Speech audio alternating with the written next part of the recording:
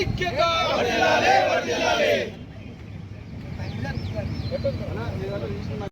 ఈరోజు ఉస్మానియా యూనివర్సిటీ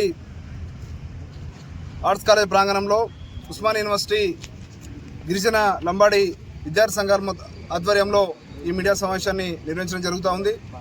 ఏదైతే లంబాడీల మీద బంజారాల మీద దుష్ప్రచారం చేస్తూ ఉన్నారో, అవాస్తవాలను చెప్పేటువంటి ప్రయత్నం చేస్తూ ఉన్నారో దాన్ని తిప్పికొట్టడానికి ఈరోజు తెలంగాణ లంబాడీల ఆత్మగౌరవ వేదిక ఆధ్వర్యంలో ఈ నెల 19వ తారీఖున ఇందిరా పార్క్ వద్ద తెలంగాణ లంబాడీల ఆత్మగౌరవ సభను నిర్వహించబోతా ఉన్నాం.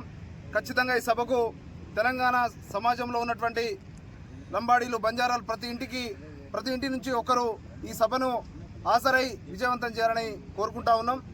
ఏదైతే ఈరోజు సుప్రీంకోర్టు నుంచి వచ్చినటువంటి నోటీసులు కావచ్చు, ఈరోజు కొంతమంది కావాలని గిరిజనుల మధ్యన చిచ్చు పెట్టేటువంటి ప్రయత్నం చేస్తూ ఉన్నారు. వాస్తవాలు తెలవకుండా ఇలా ఎక్కడ పడితే అక్కడ ఇష్టం ఉన్నట్టు మాట్లాడుతూ ఉన్నారు. పూర్తి స్థాయి ఆధారాలతోనే ఈరోజు బహిరంగ చర్చకు మేము కూడా సిద్ధంగా ఉన్నాం.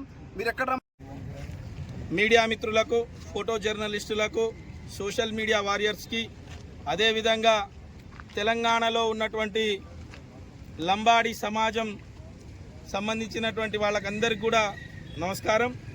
ఈరోజు తెలంగాణ రాష్ట్రంలో ఆత్మగౌరవంతో బతుకుతున్నటువంటి గిరిజనులపైన కావాలని అసత్యపు మాటలు మాట్లాడి లంబాడి సామాజిక వర్గంతో పాటు ట్రైబల్లో ఉన్నటువంటి ఆదివాసులకు సంబంధించినటువంటి గోండులు కానీ, బిల్లులు కానీ, తోటిలు కానీ, నాయకోడులు కానీ వీళ్ళకందరినీ కుట్రబట్టి కావాలని చెప్పేసి సామాన్య ప్రజల మధ్యలో గొడవలు పెట్టే రకంగా ఈరోజు మనకు బీఆర్ఎస్ పార్టీలో గెలిచినటువంటి తెల్లం వెంకట్రావు గారు, ప్రస్తుతం కాంగ్రెస్ పార్టీలో ఉన్నటువంటి తెల్లం వెంకట్రావు గారు, అదేవిధంగా సోయం బాపురావు గారు సుప్రీంకోర్టులో కేసు వేసి ప్రతిసారి లంబాడీలను కించపరిచే విధంగా, మా ఆత్మ గౌరవానికి దెబ్బ తీసే విధంగా మేము ఎంతో కష్టపడి తెలంగాణ రాష్ట్రంలో నైజాం కాలం నుండి కూడా, నైజాం కంటే ముందు నుండి కూడా 1911, 1921, 1933 ఆ తర్వాత భారతదేశానికి స్వాతంత్రం వచ్చినప్పటి నుంచి కూడా మేము హైదరాబాద్ స్టేట్లో లంబాడీలుగానే ఉన్నాము. ఈ లంబాడీలు ఎస్టీ జాబితాలోనే ఉంది.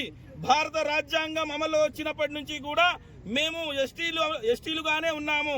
ఏదైతే హైదరాబాద్ సంస్థానం ఉందో, హైదరాబాద్ సంస్థానం భారతదేశంలో విలీనమయ్యే వరకు కూడా మేము ఎస్టీలుగానే ఉన్నాము. కానీ దురదృష్టవశాత్తు ఈరోజు ఏంటంటే కావాలని చెప్పేసి వారి రాజకీయ స్వప్రయోజనాల కొరకు ఓన్లీ సోయం బాపురావు మరి